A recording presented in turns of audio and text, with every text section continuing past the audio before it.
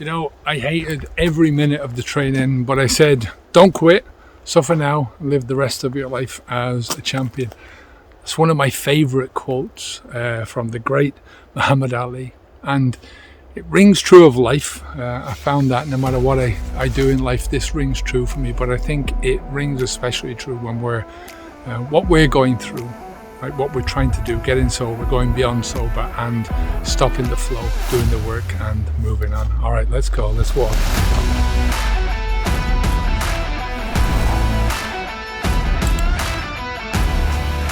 All right, the decision to stop drinking alcohol is easy as far as I'm concerned. Don't put the alcohol into your mouth, or do, right? It's up to you. And for me, this is what I try and get across in most of my stuff, that staying sober is easy if you have the right mindset, right? You might believe that you're going to hate every minute of this journey in the first month or two at least, but I guarantee that if you can see what you're doing through the right lens, if you persevere with some simple tools and you tweak some of the things that you're saying to yourself, then this is a really, really easy journey to follow, right? You know, when you step over that line and you stop drinking alcohol, you're in training for the new life that you want to live, the life of your own championship, if you like, you know. It's better than telling yourself that you're on the road to recovery, if you ask me. Now, the stories that you tell yourself matter hugely in how you see yourself in your life. The words you use, they shape your perception of who you are and what you're trying to do.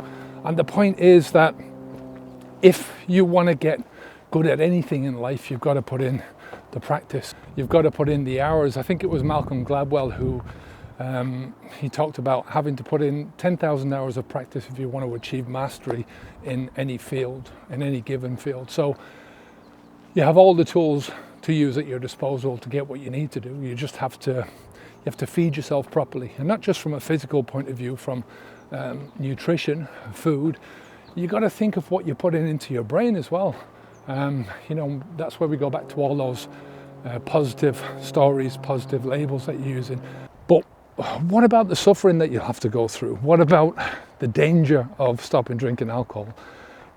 What if I can't put up with all this stuff, right? That's one of the questions that a lot of people are asking. Now, for most people, there is no danger, right? The biggest danger by far, is continuing down the road that you're already on. So if you want something to fear that danger. And in terms of suffering, again, it depends on what you're telling yourself. You know, you can turn up the dial on your own pain by sort of going through how you're describing yourself in your own head, how you're describing things. You know, I can't do this, I can't take that, I'm weak, there's nothing wrong with a couple of glasses of wine. You're telling yourself that.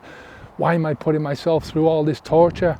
A couple of glasses is no good. You're whacking yourself over your head with your own negative bullshit time after time.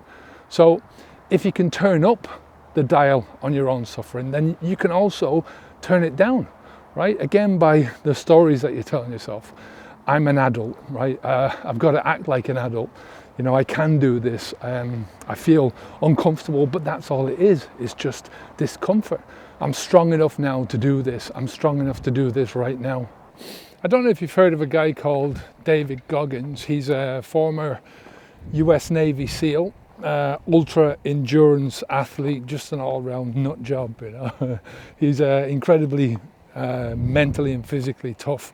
And he wrote a book called Can't Hurt Me. And in that book, Goggins talks about breaking the world record for the most pull-ups. I think he had to do something like 4,000 pull-ups or over 4,000 pull-ups. And at about the 600 mark, he was already flagging. So he tells his buddy to play the Rocky theme, you know, going the distance, on a loop over and over again. And at that moment, he said he felt something clicking inside, and it sent him into full cyborg mode. And I can see it, you know. It's powerful. You can see him jumping back up on the bar, Rocky blaring in the backgrounds, and Goggins putting in rep after rep. Now, as I said, I think he's a bit of a nut job.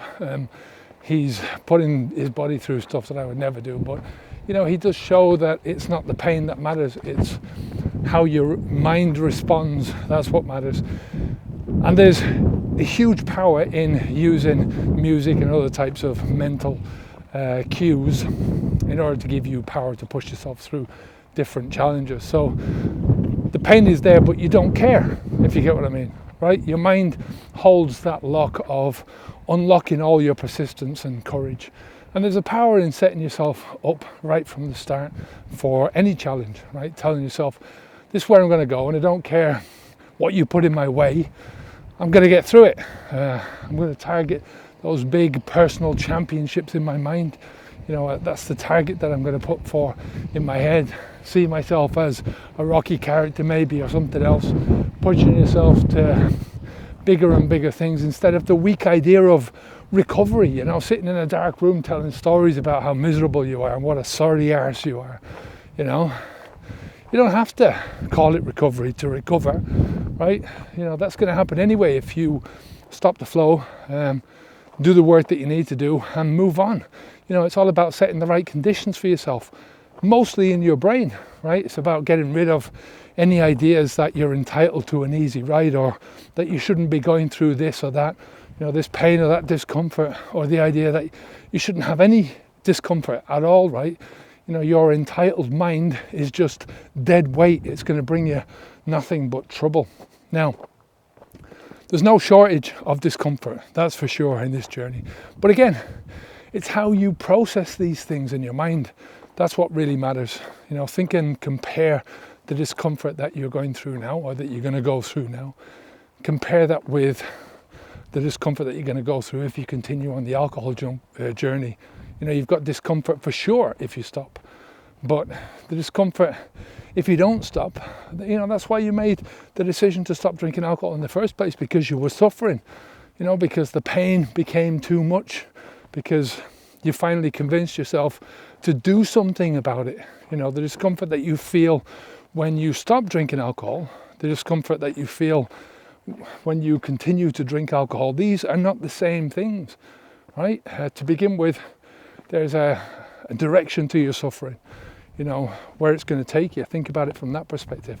You know, when you suffer because you're getting something negative out of your life, it's a road that's taking you somewhere positive, right? Somewhere worthwhile going, somewhere that is likely to bring you contentment, happiness, self-belief, self-confidence, better health, better relationships, you know, moving towards the best possible version of yourself.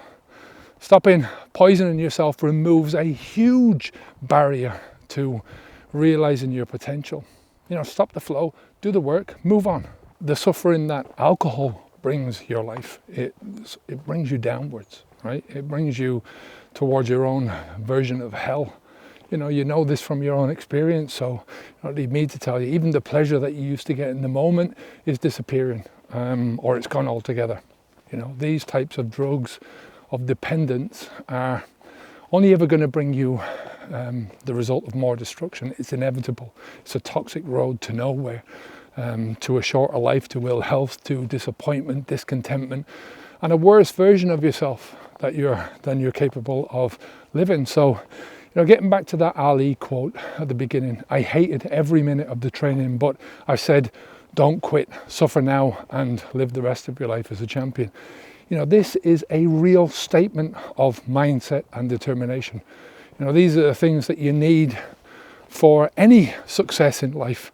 You know, I've been a student of mindset all my life, right? I think it's only since I stopped drinking alcohol really that I got rid of the mother load of all obstacles. That was the alcohol, and I started to really apply some of those mindset principles to my own life. And Ali telling you not to quit, to suffer now and reap the benefits, it's not just about what he did in the ring. You know, it's about how he handled the obstacles that faced him after he stepped out of the ring as well. You know, his boxing career was a big factor in him getting Parkinson's disease, I'd say. So he continued to inspire people, although, to overcome adversity and to live a fulfilling life despite these obstacles. So I love that quote because it really does show that no matter what challenges, no matter what obstacles you're confronted with in life, If you want a good life, you're going to face a lot of challenges in life, right? That's just inevitable. A lot of obstacles. If you live your life with courage and determination, you can really achieve anything that you want to achieve. I'm all about living the best possible life that I can live.